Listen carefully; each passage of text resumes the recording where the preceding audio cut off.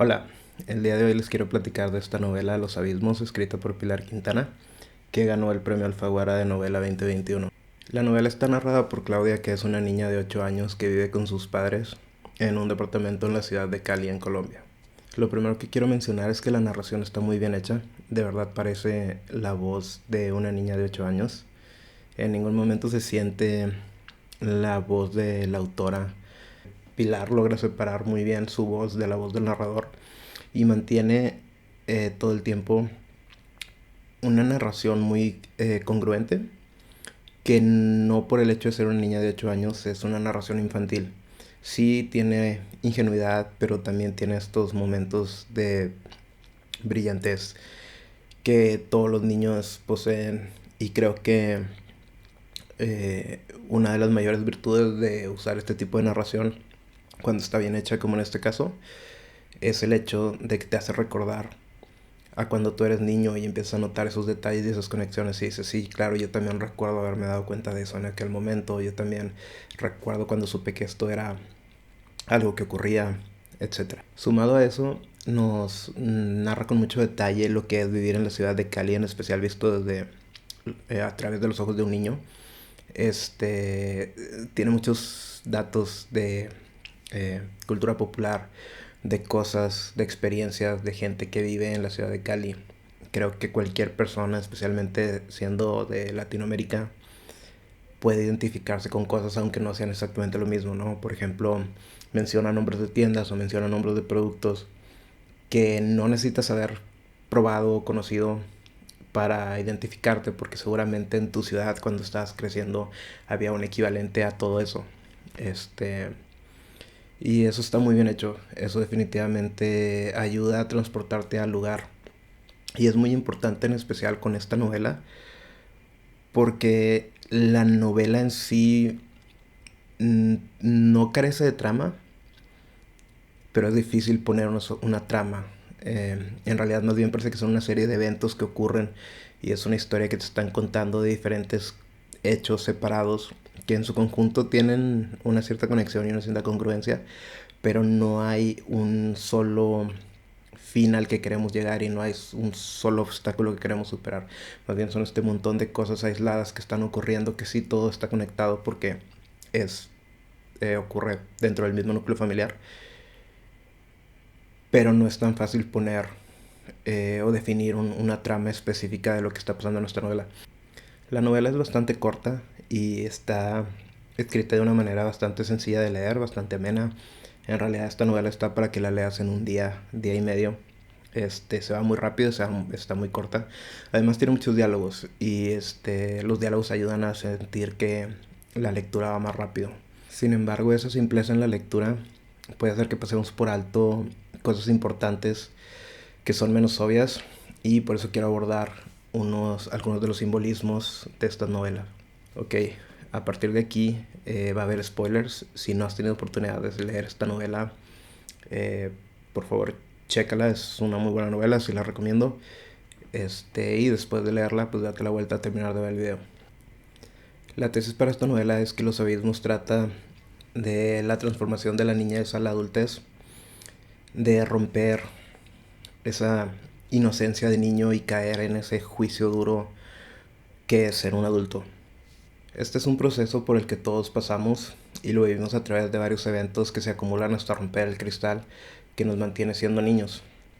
Por lo general, yo creo que para nadie es un evento absoluto el que nos hace transformarnos de niños a adultos.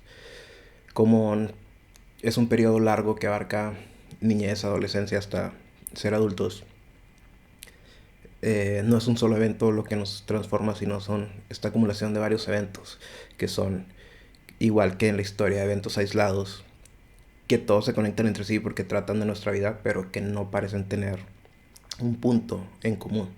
Durante la novela se mencionan varias veces los abismos. Obviamente es el título de la novela, entonces cada vez que el nombre de la novela aparece en la narración, pues es importante ponerle atención. Y Pilar hace muy buen uso de la palabra porque no abusa de ella. Es decir, cuando menciona la palabra abismo específicamente, siempre está ocurriendo algo importante y algo que ponerle atención. Y por eso cada evento en específico donde se menciona es muy importante de analizar. Ok, el primer abismo con el que nos topamos es de Claudia platicándonos un recuerdo que tiene cuando ella era más niña. No recuerdo si es exactamente qué edad tenía, creo que dice que tenía 2 años. Pero nos habla de ella viendo desde el segundo piso del departamento en donde vive con sus papás, mirando hacia el piso de abajo estas plantas que tiene en el departamento. Estas plantas que son una parte muy importante del lugar en donde viven, ya que incluso los podan la selva por la cantidad de plantas que hay. Y estas plantas de alguna manera tienen un, algo de vida propia, no es realismo mágico, es más bien como la imaginación de Claudia, una niña de 8 años, dándole vida a estas plantas, diciendo cómo se acercan para tocarte, cómo interactúan con lo que está pasando a su alrededor en el ambiente, cuando la casa está sola, cuando hay gente, etc. Pero sí es muy importante obviamente para Claudia porque identifica estas plantas con su hogar. Entonces cuando ella ve desde el segundo piso y ve hacia abajo la selva, como ella le llama, ese es el primer abismo que nos plantea. Y lo cuenta como un recuerdo agradable, como algo que la traslada a su niñez y la hace sentir segura, se acuerda de estar en casa, se acuerda de estar protegida en un ambiente familiar sano y se acuerda de estas plantas de la selva que son parte de su ambiente en el que vive y es parte de lo que la protege. A través de cómo va pasando la historia y se nos presentan más abismos, estos abismos van evolucionando y van pasando a ser más grandes en tamaño tangible. En el primero estamos hablando de una diferencia de 2 pisos. Luego más adelante se presenta otro que es una altura de 8 pisos, si recuerdo correctamente. Luego más adelante es un abismo un poquito más literal, donde está viendo hacia un precipicio. Y después estos abismos empiezan a tomar un lado menos tangible y se empieza a centrar más en las emociones. Y así como los abismos van evolucionando en profundidad, también los abismos emocionales van creciendo en profundidad y se van haciendo más parte de lo que construye a cada persona. Y tal cual es realidad con los abismos tangibles, los abismos emocionales se hacen más oscuros conforme más van creciendo. La separación de estos abismos físicos a estos abismos emocionales se presenta en la historia cuando la familia de Claudia visita una finca.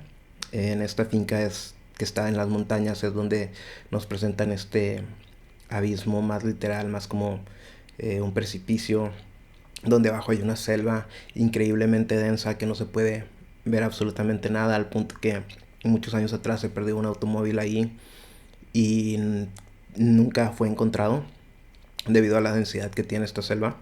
Y es ese paralelismo entre su recuerdo de la niñez, que es como su primer recuerdo, su recuerdo más joven que tiene de ella, ese primer abismo que nos presenta, a este abismo real. Y cómo contrapone esta altura de 2 pisos con esta altura inmensa de metros y metros y metros. Y la selva debajo, que en el caso del primer abismo es un lugar seguro, representa el lugar donde vive, a esta selva de este segundo abismo que presenta un lugar terrible, un lugar oscuro, un lugar incierto, un lugar donde te pierdes para siempre. Se muestra y se hace muy buen uso de este reflejo, esta imagen entre ambos abismos, cómo representan lo mismo, viéndolos desde arriba, viendo la selva abajo, para romper o hacer el primer quiebre entre lo que eran los abismos físicos a lo que se empieza a convertir en los abismos emocionales. Y ahí es donde está el primer quiebre en el psique de la Claudia niña a transformarse en la Claudia adulta. Esto sucede igual que para la mayoría de la gente en el momento que se hace consciente de su propia mortalidad. Tiene varios encuentros con este abismo en la finca. En el primero nos cuenta cómo siente esta cosa rica en el estómago cuando se mira hacia abajo y cómo siente como si el abismo tuviera el poder de jalarla.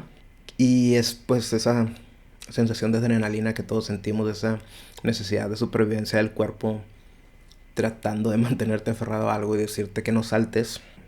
Más adelante tiene un segundo encuentro con este abismo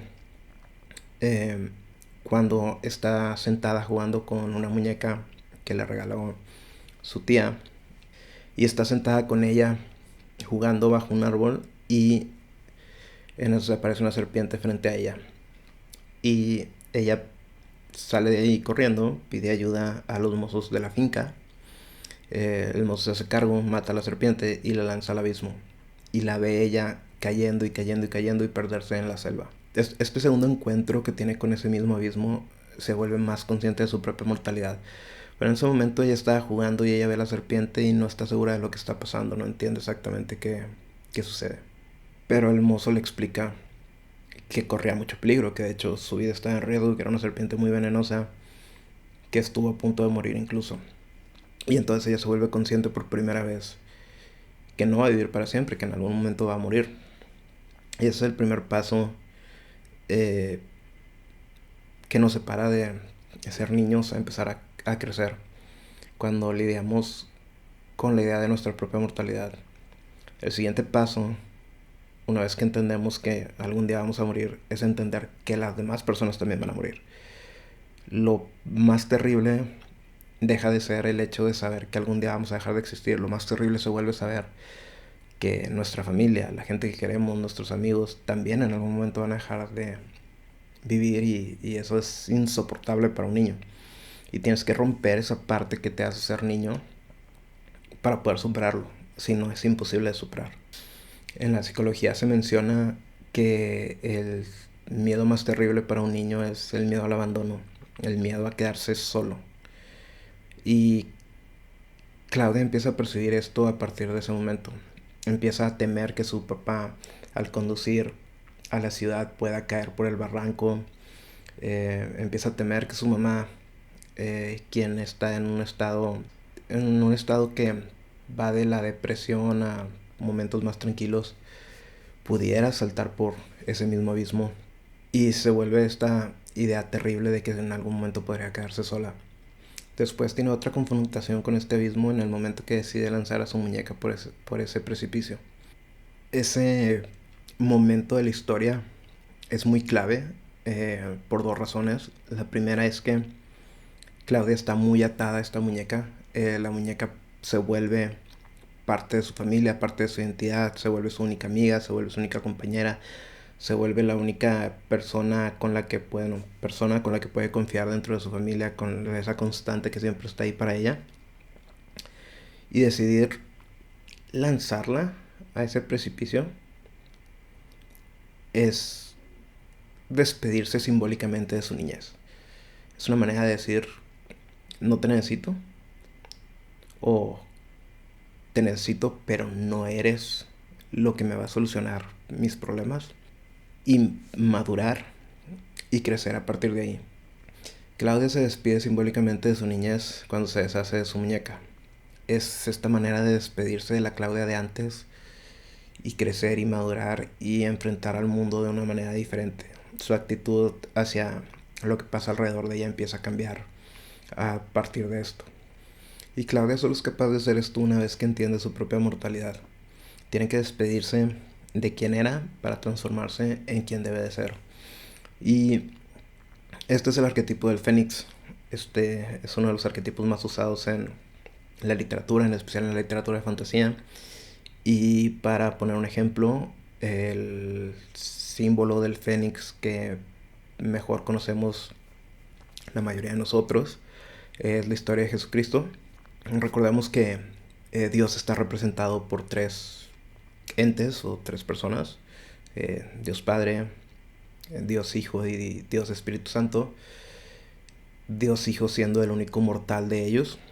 Y esta distinción es muy importante, es muy muy importante de entender. ¿Por qué? Porque solo la parte humana de Dios se puede sacrificar. Solo la parte humana de Dios es mortal, y por lo tanto solo la parte humana de Dios puede morir. ¿Y por qué esto tiene que ver con el símbolo del Fénix? Porque el Fénix es una criatura que vive para siempre, pero no es inmortal. La característica principal del Fénix para poder vivir para siempre es el hecho de que muere y renace de sus cenizas.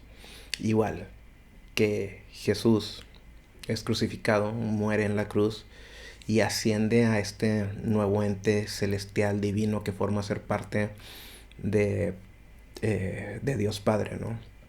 Y fuera de lo que significa religiosamente y enfocándonos solamente a lo que comprende la parte literaria, es un símbolo muy usado precisamente porque todos podemos identificarnos con él. Porque es exactamente lo que está viviendo Claudia en ese momento. Ella está dejando morir la Claudia de antes, su niñez, en el símbolo de la muñeca. Al deshacerse de la muñeca, es el fénix muriendo para poder renacer de esas cenizas y ascender a algo superior. De esto se trata madurar y vemos que a partir de esa parte de la historia, Claudia empieza a lidiar con las situaciones que le ocurren de una manera muy distinta. Empieza a perder esa inocencia de la niñez donde todo es mágico, donde todo es más hermoso, donde no parece que hay cosas malas sucediendo. Y empieza a ver las cosas de una manera más fría, más tristes, de alguna manera más oscuras, más como las vería un adulto, hacerse consciente más de lo que está pasando. Es a partir de aquí que los abismos empiezan a dejar de ser algo tangible como el precipicio y se convierten en algo intangible que es esta parte emocional. En ese momento Claudia entiende que su mamá está pasando por una depresión, entiende que su mamá está pensando quizá en desaparecer y entonces entiende que los peores abismos, más oscuros, más grandes, más peligrosos, no son los que están allá afuera, son los que están dentro de nosotros.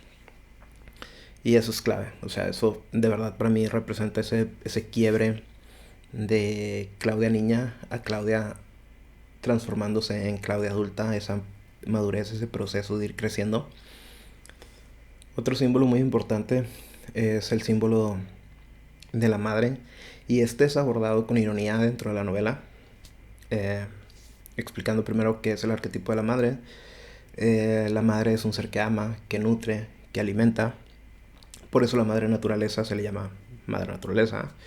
Y por eso la naturaleza es un símbolo de la mujer, siendo la mujer quien brinda vida. Y en la novela la naturaleza está muy presente desde el principio en la selva, son estas plantas en el departamento donde vive Claudia con su familia. Que estas plantas las describe Claudia como si tuvieran vida, como si se acercaran a tratar de tocarte, como si interactuaran con la gente a su alrededor. Y por eso digo que se aborda de manera irónica a la madre, al arquetipo de la madre. Porque la madre de Claudia, y arrastrado desde una generación antes con la abuela de Claudia, no son buenas madres, en el sentido de que no quieren tener hijos, no se sienten satisfechas, no están contentas eh, sirviendo a alguien más, no nutren. Bueno, obviamente dieron vida, pero no parece que quieran mantener la vida. Y irónicamente esta selva que está también cuidada con todas estas plantas que se ven hermosas, que son increíbles, frondosas, son totalmente lo opuesto a lo que vive la madre de Claudia internamente. Es como si internamente ella estuviera marchita y eso se ve reflejado en su depresión, su manera de estar insatisfecha con la vida que lleva. Y sin embargo tiene estas plantas que son la madre naturaleza, que nutren, que dan vida, viviendo, creciendo. Y por dentro ella está viviendo totalmente lo contrario.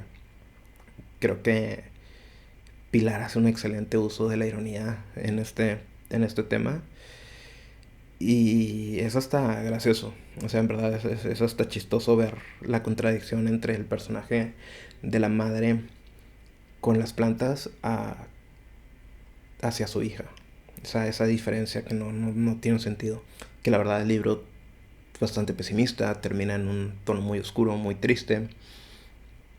Pero hace ese círculo completo alrededor de esta ironía en la que el abismo y la selva deja de ser algo hermoso de su niñez y deja de ser algo que se siente como su hogar, como ese lugar donde está protegida, cuidada y querida, y se convierte en esta imagen oscura, tan densa de plantas que no se ve nada, que termina a llevar a su madre a un lugar marchito, y que por lo visto Claudia también empieza a identificarse con eso esos lugares marchitos y a sentir esta tristeza dentro de su vida. Y tenemos ese círculo completo que, si bien no termina de una manera muy positiva, creo que está muy bien hecho. Creo que la reflexión que invito a cualquier persona a hacer después de leer este libro es identificar qué dejamos atrás en nuestra niñez, qué nos puede ser útil todavía, que podemos seguir usando, y a lo mejor qué nos falta dejar atrás. A lo mejor también traemos cosas que sí mantuvimos de la niñez, que no necesariamente sean buenas, que podríamos dejar atrás ahora. Es un muy buen libro, espero leer algo más de Pilar Quintana próximamente. Eh, y pues bueno, eso es todo lo que tengo por ahora. Muchas gracias y nos vemos pronto.